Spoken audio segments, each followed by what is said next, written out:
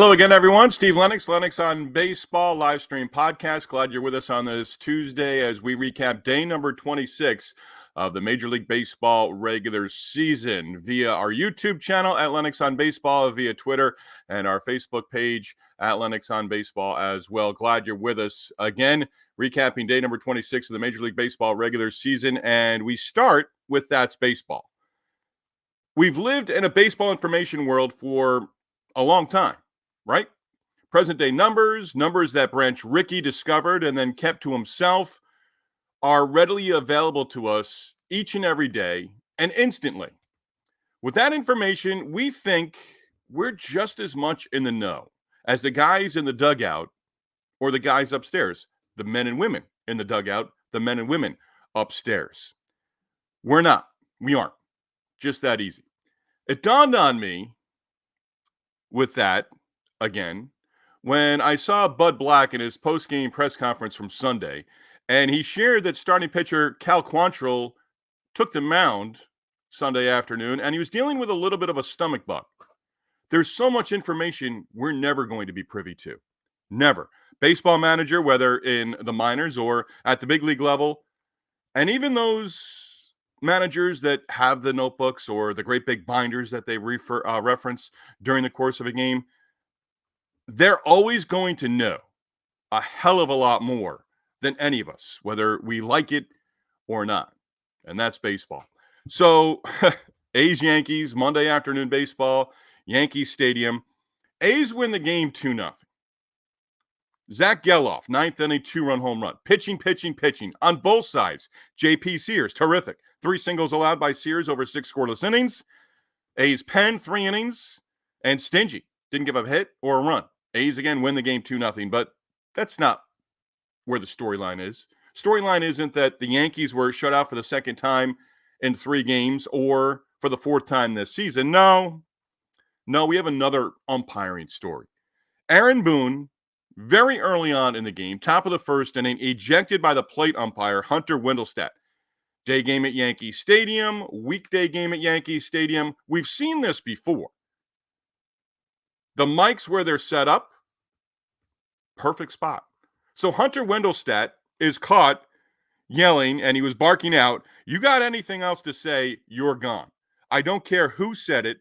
Then he gives Boone the old heave-ho, gets the thumb, right? So Boone, captured by the cameras from the Yes Network and Ryan Rucco and John Flaherty on the broadcast, Boone, after he's told, zip it, I don't want to hear anymore by Hunter Wendelstedt, isn't talking. He's got the great sunglasses on, the pricey sunglasses on. He's not talking. Wendelstedt tosses him. Wendelstedt, after the game, doesn't offer explanation. Well, he does, but doesn't come clean, doesn't speak the whole truth. And me, maybe you, and a lot of other people were disappointed with that. If you just come up with the fact that, you know what, that's the situation. Oh, I heard somebody at the end of the Yankees dugout. No, you heard somebody up in the stands. Person's already been identified. Boone, at that point, wasn't saying anything else. He gets tossed. Wendelstedt says, I don't want to throw out a player. The fans are here to see the player, this, that, and the other thing. Well, Hunter, this is going to be a story for a couple of days. You could have owned it. We could have moved on. But instead, I'm talking about it, and other people will talk about it as well today. I'm glad I got to see it live. I really am. So, Hunter, I'll leave this right here. You might want to look into it. It's called the Wendelstedt Umpiring School. The website simply www.umpireschool.com.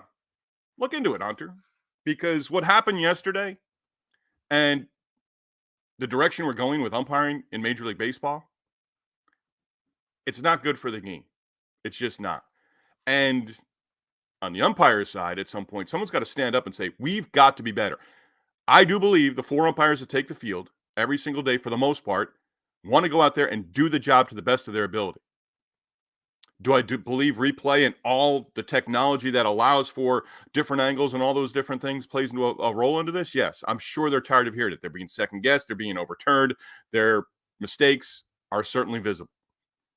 But something's got to be done. We move on. How about the Phillies? They ring the bell again on a victory. Phillies, again, strong starting pitching. The 7 is the magic number. 7-game win streak, 7-0 victory against the Reds on Monday in Cincinnati. Ranger Suarez, remember, last time CG shutout, that was last Tuesday against the Rockies. Suarez, 7 scoreless Monday night, 22 straight innings without allowing a run. Suarez, 2 hits allowed, 1 walk, struck out 5, now 4-0 on the season, ERA 1.36. Too early to put him, too early maybe to have the conversation, but I'd certainly put Ranger Suarez in the conversation to start for the National League in the All-Star game in July. And how can you not be romantic about baseball? Bryce Harper, paternity leave. And by the way, how can you not be romantic about baseball? It's the first time I'm using this one here. Bryce Harper, paternity leave. With that, Cody Clemens up from the minors. Rockets' son, 2 hits, and he goes yard with a 3-run shot, that in the 9th inning. Hook 'em horns, right? Again, Phillies have won 7 in a row. They've got the offense. They've got the pitching. Congratulations to the Bryce Harper and his family for the soon-to-be new addition to the family as well. Brewers winners of 4 in a row. Pirates losers of 6 straight, entering Monday's opener in Pittsburgh. Pirates losing streak is now over. Pirates win at 4-2. Andrew McCutchen led off the home first inning with a home run. Kutch, called him Kutch right there, collecting 3 hits. Milwaukee hitters striking out 10 times in this game. 10 different batters. A picket fence down that line in the box score. 1-1-1-1. 10 different batters striking out in the game. This Jared Jones for the Pirates seems like he's for real. I was going to use faux there, but for real. Jones giving up a run, striking out 7 over 6, picks up the win as second. Skeens, Jones, Skeens, however you want to put it, at the top of that Pirates rotation. It's coming. Mark Canha, Parker Meadows, both hitting home runs. Tigers took down the Rays 7-1 at the Trop in St. Pete, Florida. Canha, 3-hit game. Meadows, little feast or famine home run, but also struck out 3 times. Tarek Skubal, 3-0 with the win, 6 shutout innings. Walked no one, struck out 9. Rays Ahmed Rosario, single in his first at-bat, extending his hit streak to 14 straight games. Braves opening up their series at home against the Marlins. Take the opener 3-0. Another former Longhorn. Hook 'em horns. Bryce Elder, NL All-Star a year ago. Up from AAA. Didn't break camp out of spring training with the big club. Went down to AAA. Got the job done. Elder, first big league start of 2024, 6 2/3 scoreless, walked no one, struck out 4. Travis d'Arnaud, 2-run home run. D'Arnaud, 5th home run in his last 4 games. And the Marlins blank 3-0. Elder and Clemens, a couple of former Texas Longhorns under David Pearson back in 2019, fortunate, and one of the great highlights of my broadcast career, able to go down to Austin, Texas, and work with Greg Swindell and Keith Moreland on the Longhorn Network. And Bryce Elder was the Friday night starter in that 2019 season. And terrific guy, great maturity, great poise. And, hey, just went up, got the job done. Disappointed, I'm sure. I'm not going to put words in Bryce Elder's mouth, but went down to AAA. Hey, it's where I'm at. It's where I'm going to pitch. Got his opportunity on Monday, made the most of it. Certainly should be in that rotation going forward for Brian Snitker and the Atlanta Braves. White Sox, Twins started a stretch of playing each other 7 times in the next 10 days. Expects fireworks and maybe the benches and bullpens emptying at some point in time. That just happens when you play that many games in a short amount of time. Twins take the opener 7-0. White Sox shut out again. 8th time this season. Max Kepler, couple of hits, 3 RBIs in his return from Minnesota. Chris Paddock in the rotation, 10 strikeouts, 7 scoreless. White Sox 3-19 through their first 22 games of the season. Current losing streak has reached 4 in a row. They've scored 45 runs in their first 22 games of the season. I want to wake up each morning, think it's going to be better for the Sox. It's getting hard to get there. It really is. Blue Jays open up their series in Kansas City, knocked off the Royals 5-3. Bo Bichette, 3-run triple. That in the 3rd inning. Dalton Varsho, a home run, 2-run shot in the 6th inning. Cardinals walking off with a winner Monday night at home, of course, against the Diamondbacks. Cardinals 2 in the bottom of the 9th inning, snapping a 4-game losing streak, winning 5-3. Nolan Gorman was 0 for 19 when he came to the plate in the bottom of the 9th inning. 2-run home run. He was the hero. Paul Goldschmidt also homered in that game. Had the Cardinals broadcast on for a spell, and they touched on it. Goldschmidt, first home run since opening day. Diamondbacks did take 2 of 3 from the Cardinals in the middle of the month at home in Phoenix. Cardinals again snapped that 4-game losing streak. Padres 2 in the 8th inning beat the Rockies 3-1. Dylan Cease a hit allowed. He struck out 8 over 7. Cease now 3-1. Rockies have dropped 8 of 9. Mike Trout struck out with the bases loaded. Had this one on Angels radio last night. And Trout striking out in the bottom half of the 9th inning. His second strikeout of the game. He's now in a little 1-for-21 slide, striking out against Orioles closer Craig Kimbrell.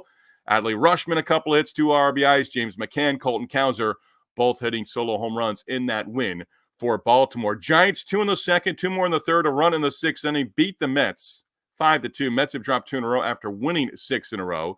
Michael Conforto homering against his original team. He's now got 5 home runs to go at 16 runs batted in. The guy with the splitter, Keaton Winn, gave up an earned run, struck out 6 and picking up his second win. Mets starter Jose Quintana tagged with the 5 earned runs, and he took the loss. That is a recap on day number 26 of the Major League Baseball regular season, and we'll get into Sugar's random thoughts in just a moment. Going live just after 8 a.m. Eastern on Tuesday, and we're going to let you know a Lennox on Baseball chat coming up 10 a.m. Eastern right here via Twitter or X, also via our YouTube channel as well, at Lennox on Baseball. We're going to talk with Matt Cleveland. Again, on X, live at 10 a.m. Eastern, YouTube channel at Lennox on Baseball, and the Facebook page as well. Matt played professional baseball, played pro ball, affiliated ball with the Kansas City Royals back in the early 2000s.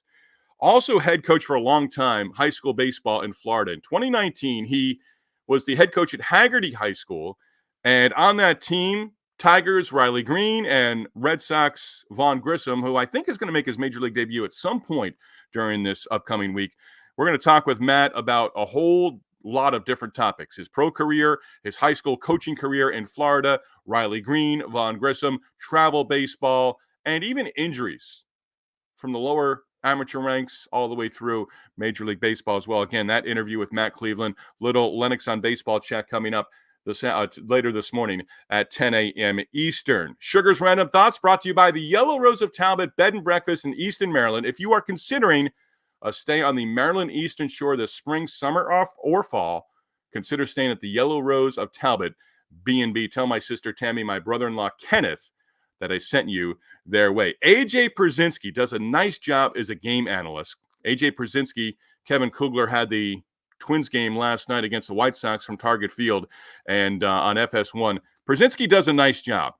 I've never gotten to the bottom of this, but AJ Przinsky was born on the eastern end of Long Island. He was born Bridgehampton, New York, also the hometown of Hall of Famer Carl Yastrzemski. But I've never gotten to how AJ Przinsky moved from the eastern end of Long Island and I believe down to Florida where he grew up. I never have gotten to how his family ended up leaving Long Island. Former big leaguer Mickey Morandini celebrated a birthday, his 58th on Monday. Try doing this. And I'm not going to try, but just do this in your head. Say Mickey Morandini just between your ears. Imagine it now, hearing Mickey Morandini in Harry Callis's voice. Again, Lennox on Baseball chat coming up 10 a.m. Eastern with Matt Cleveland. Hope you join us for that as well. That is a wrap on day number 26 of the Major League Baseball regular season, and I leave you with this. Agreed when he said it, 100%. Agreed with Billy Chappell when he told Mr. Wheeler, the game doesn't stink, Mr. Wheeler. It's a great game. Enjoy your Tuesday, everybody.